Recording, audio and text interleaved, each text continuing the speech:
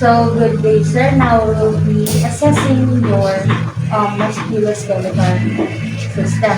So, in assessing your musculoskeletal system, I would first like to interview you. Is that okay with you po? Okay.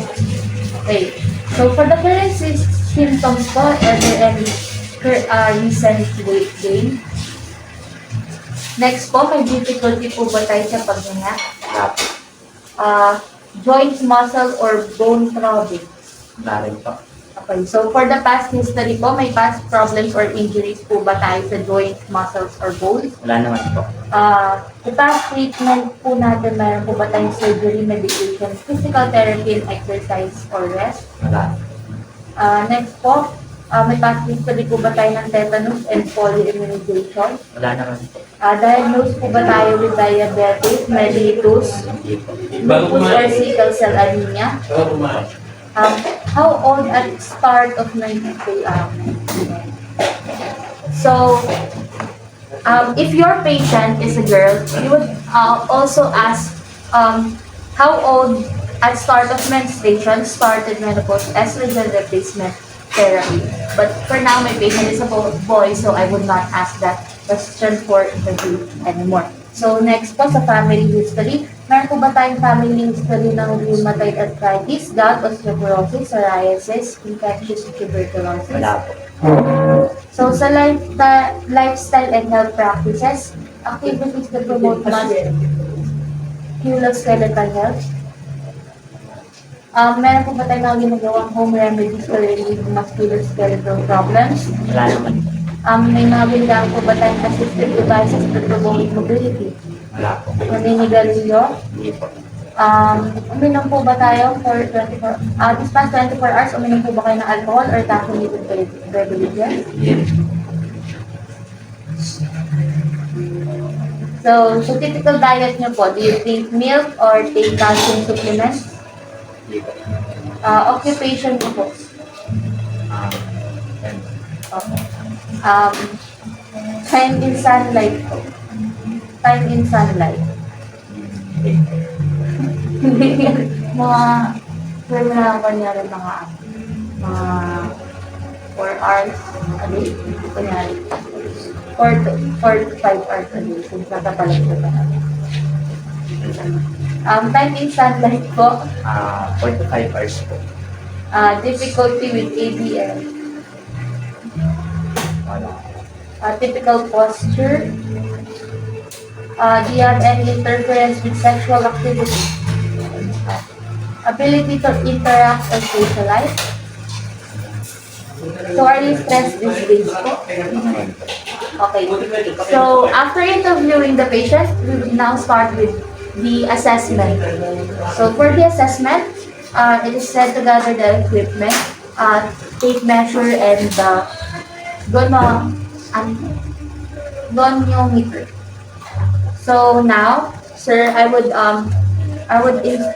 assess your musculoskeletal system. So first is the gait, next is the temporomandibular joint, the sternoclavicular joint, the spine, shoulder, wrist, hands and fingers, hips, knees, ankles, feet, and so now po I would observe for base weight bearing ability, hip position, strength, arm swing, and fold.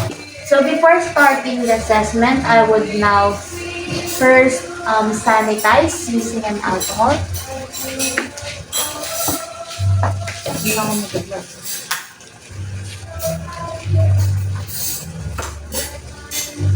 Okay. So now, sir, I would inspect, palpate, and test for ROM on your temporal mandibular. Is it okay po if I touch certain part of your head po? Okay. So,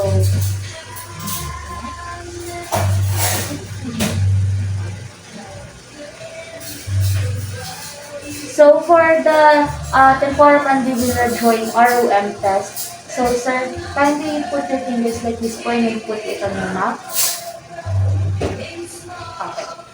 Their ROM test, if they can fit 2 knuckles inside their mouth, then that is normal. If they can fit more than 2 knuckles, that is hypermobile. And when they are unable to fit 2 knuckles, that is hypomobile. So next is we're gonna move on to the assessment of the sternoclavicular joint. So now I'm gonna ask the patient to lay down for me to be able to inspect your sternoclavicular joint and palpate for the midline location and look for color swelling and masses.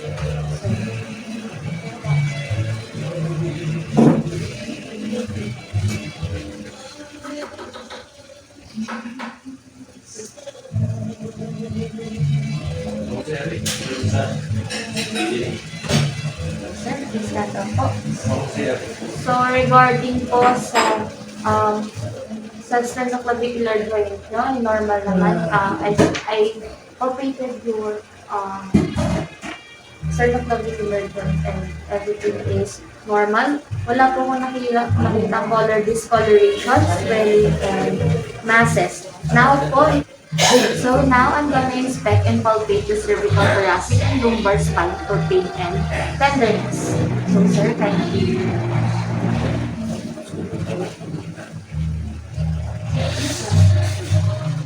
Do you feel any pain po when I press this part? Wala po. How about this part po? Dito po? Wala. Right. So, first time po is your cervical, thoracic, and lumbar spine po is normal. Next is I would test for the ROM of the cervical spine. What I would do now is test for the ROM, but I don't have any ganometer with me, so I would skip that part, but I would test for the range of motion of the cervical spine. So, sir, patingin natin. Up. Okay. So the next procedure would be to use a ganometer, but unfortunately I don't have any ganometer with me, so I would skip this part. So next is I would test for the range of movement of the thoracic and lumbar spine. Again, I don't have a ganometer with me, so I would just ask the patient for his range of movement. Sir, kindly please stand up. So, now po, ito po tayo. I would like you po to bend sidewards po. Yung pinakamababa and pinakamataas na kaya po. Okay? Sige po, bend po tayo. The other side po. Okay. So, upon assessing his cervical joint, head,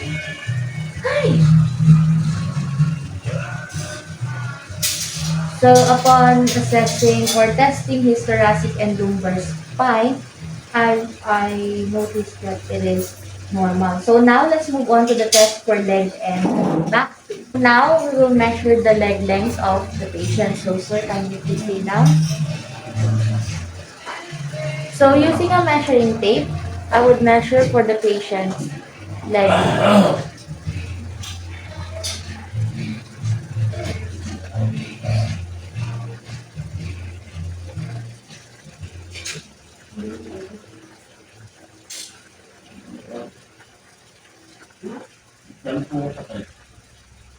So as you can see, the patient's leg is 30 inches in length. So, sir, kindly please stand up for leg. So now we'll move on the assessment of the shoulders.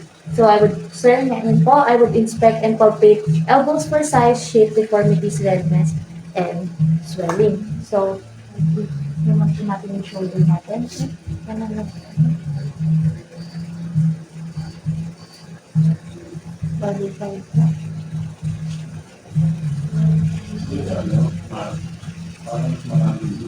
Okay, sir, normal naman po lahat for the shoulder. So now, let us move on po on testing the ROM of your shoulder. So, sir, kindly raise your hand. Copy me po.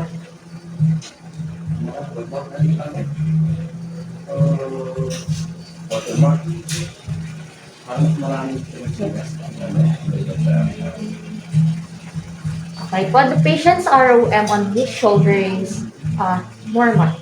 To move on po on his elbows. So, by I would inspect now po and palpate your elbows for size, shape, deformity, redness, or swelling, and then test it for its RPM. So, sir, can I see your elbows po?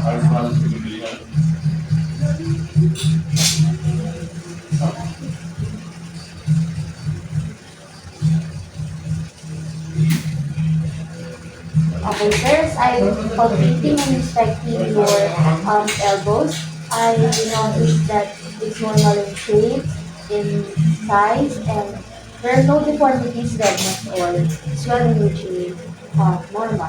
Now, I will test for the ROM of your shoulder, so please copy me. Okay, the other side po. Thank you, sir. Now we will move on the patient's wrists. So, now po I would palpate for your wrist size, shape, symmetry, colors, right, tenderness, and nodules. So, as I'm inspecting for your wrist, I notice naman po that it's normal in size and shape and symmetry. Yung color po natin, normal din. Wala pa po nakikita any signs ng swelling, tenderness, or nodules. Now, I'm gonna test po for the ROM of the wrist. So, please kindly copy me. Ano po?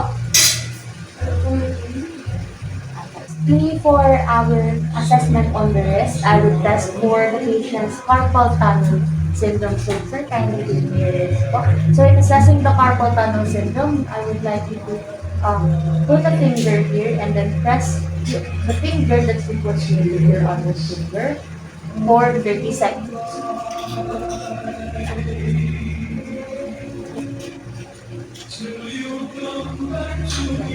So, everything is normal po for the patient's wrist. Now, let's move on to the patient's hands and fingers.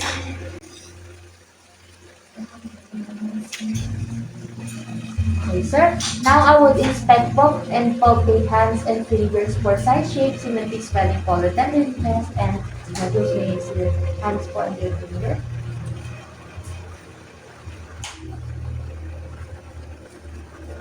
Other side po.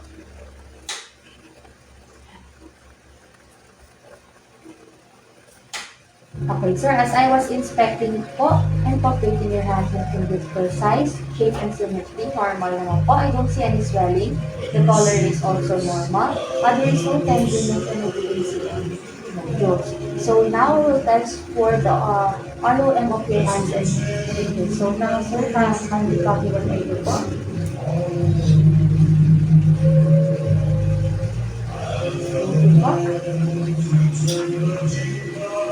So now let's move on the patient's hips. So inspect and palpate hips for size, shape, and symmetry, and test for ROM. So sir, can you stand up po? So now I would inspect for the patient's hips for its size, shape, and symmetry.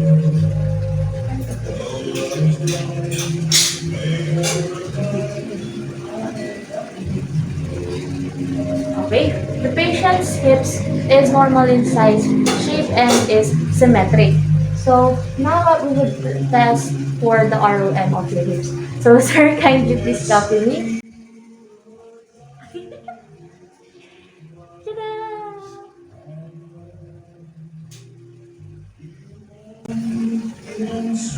Okay, sir, you may now sit down po.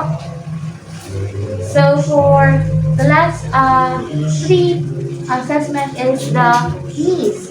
So inspect palpate knees for size, shape, symmetry, deformity, pain, and alignment.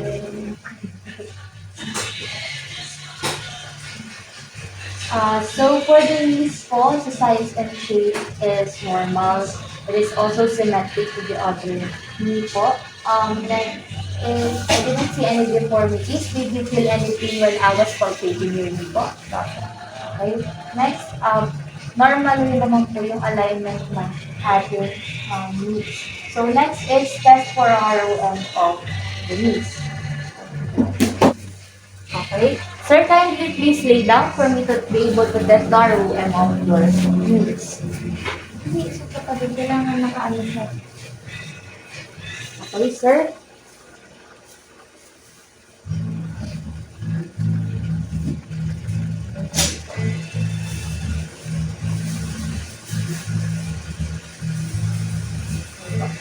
Only please stand up po. So, for the ROM naman po, okay naman po yung range of movement ng knees ni sir. So, now I would skip the performing of McMurray test because the client did not complain of clicking in the knee while we were performing the ROM. So, now we will move on the ankles and the feet of the patient. So now I would inspect and palpate ankles and feet for position, alignments, shape, skin tenderness, temperature, swelling, or nodules. So, sir.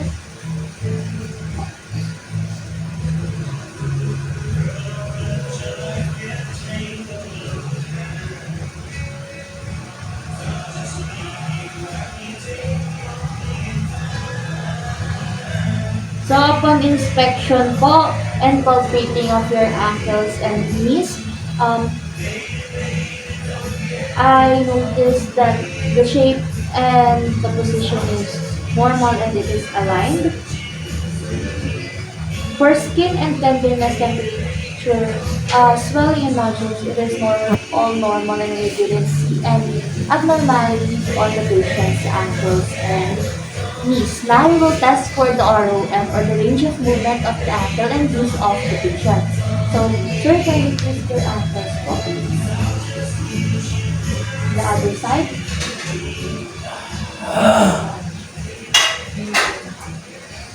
So, do you feel any pain po while reflecting your ankle? Okay po. So now,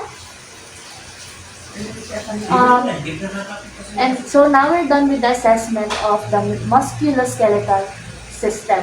So